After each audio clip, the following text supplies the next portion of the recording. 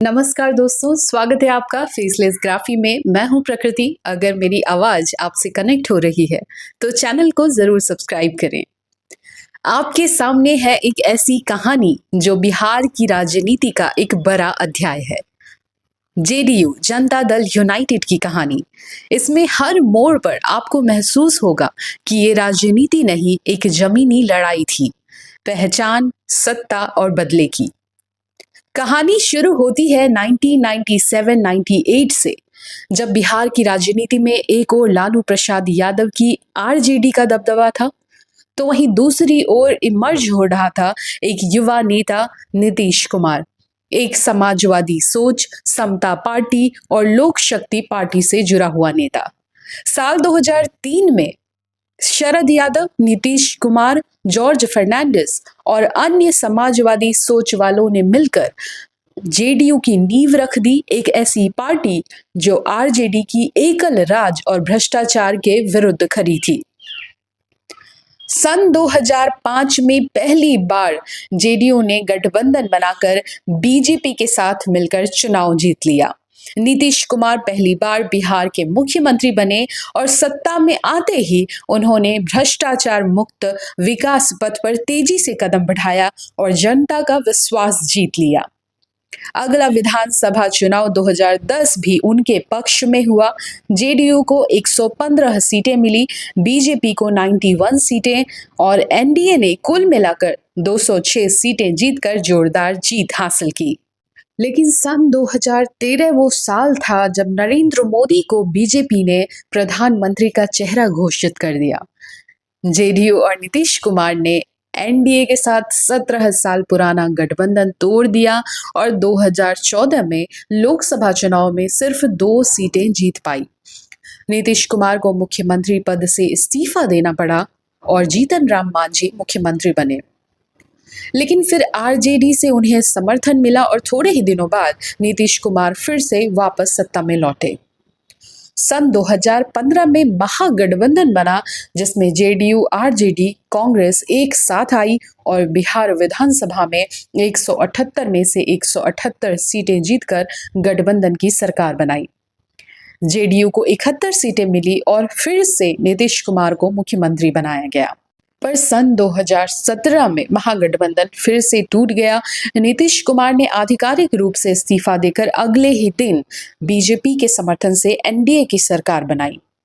सन 2020 के चुनाव में जेडीयू को मात्र 43 सीटें मिली, जबकि बीजेपी को 74 सीटें मिली। एनडीए सरकार बनी और नीतीश कुमार को फिर से मुख्यमंत्री बनाया गया।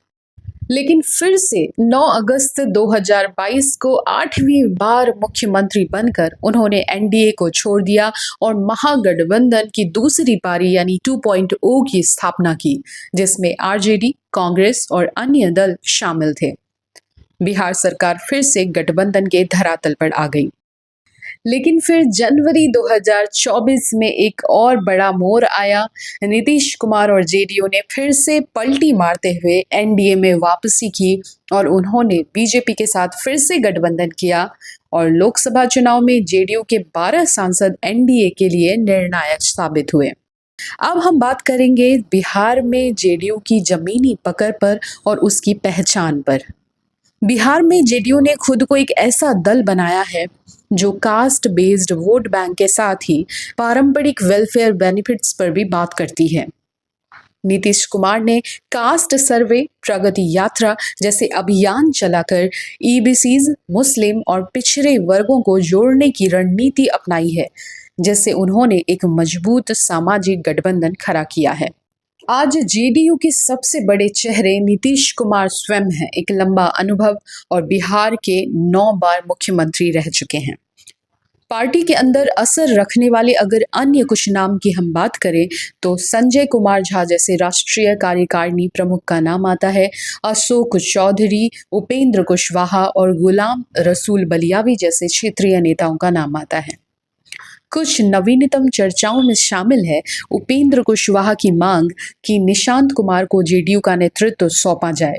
हालांकि निशांत ने फिलहाल राजनीति में प्रवेश नहीं किया है, लेकिन ये संकेत है कि पार्टी का भविष्य इन्हीं हाथों में जा सकता है। बिहार विधानसभा चुनाव यानी अक्टूबर-नवंबर में 2025 में होने वाले बिहार विधानसभा चुनाव की तैयारी अब चरम पर है। जेडीयू बूथ स्तर पर मतदाता संपर्क अभियान में जुटी हुई है, मतदाता सूची में सुधार कर रही है, नेटवर्किंग को मजबूत कर रही है, ताकि एनडीए गठबंधन मजबूती से आगे बढ़ सके। लेकिन 2025 के चुनाव से पहले ही एनडीए गठबंधन के भीतर उठती गिरती खींचताने भी हमारे सामने आने लगी हैं। कभी प्रहलाद यादव और कभी ललन सिंह के बीच बयानबाजी, तो कभी अशोक चौधरी और बीजेपी नेताओं के बीच तकरार। इन सब ने गठबंधन की एकजुटता पर सवाल खड़े कर दिए हैं। इसी बीच जेडीयू के सांसद गिरिधारी यादव ने चुनाव आयोग की रिपोर्ट को लेकर सख्त टिप्पणी कर दी, जिससे पार्टी को सफाई भी देनी पड़ी।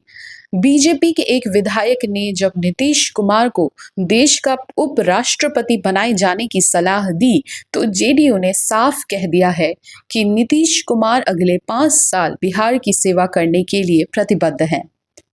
विधानसभा में भी हाल ही में जब तेजस्वी यादव ने उन्हें घेर लिया, तो नीतीश कुमार ने तीखे लहजे में जवाब दिया, तुम उस समय बच्चे थे।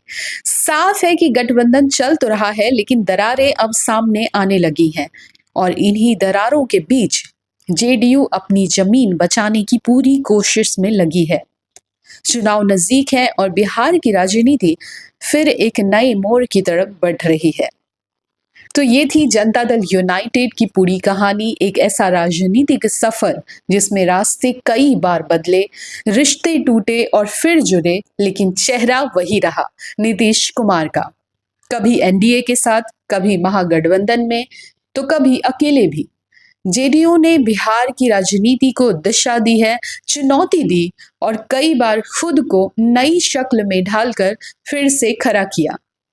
ये कहानी सिर्फ एक पार्टी की नहीं, बल्कि उस सत्ता की भी है जो लगातार खुद को बनाए रखने की जद्दोजहद में लगी थी। और आज जब बिहार एक बार फिर चुनाव की ओर बढ़ रहा है, तो जेडीयू भी एक बार फिर खुद को साबित करने की तैयारी में है। सवाल सिर्फ ये नहीं है कि कौन जीतेगा, सवाल सिर्फ ये भी है कि इस बार जनता किस दिशा में विश्वास करेगी। और यही बात जेडीयू के लिए सबसे बड़ी चुनौती भी है और सबसे बड़ा मौका भी। मुझे पूरा विश्वास है कि ये पूरी कहानी आपको जरूर पसंद आई होगी। जेडीयू की स्थापना से लेकर उसका विस्तार और बिहार में उसके राजनीतिक पकड़ की पूरी यात्रा की कहानी अगर आपको पसंद आई है, तो इस वीडियो को जरूर लाइक करें और कमेंट में मुझे बताएं कि आप किस टॉपिक पर मुझसे जानकारी चाहते हैं। और हाँ, अगर आप एक सीरियस व्यूअर हैं जो समझना चाहता है, ना कि सिर्फ डिबेट देखना, तो ये चैनल आपके लिए है। मैं हूँ प्रकृति, मिलती हूँ नेक्स्ट वीडियो में। तब तक के लिए फेसलेस ग्राफी को ज़रूर सब्सक्राइब करें।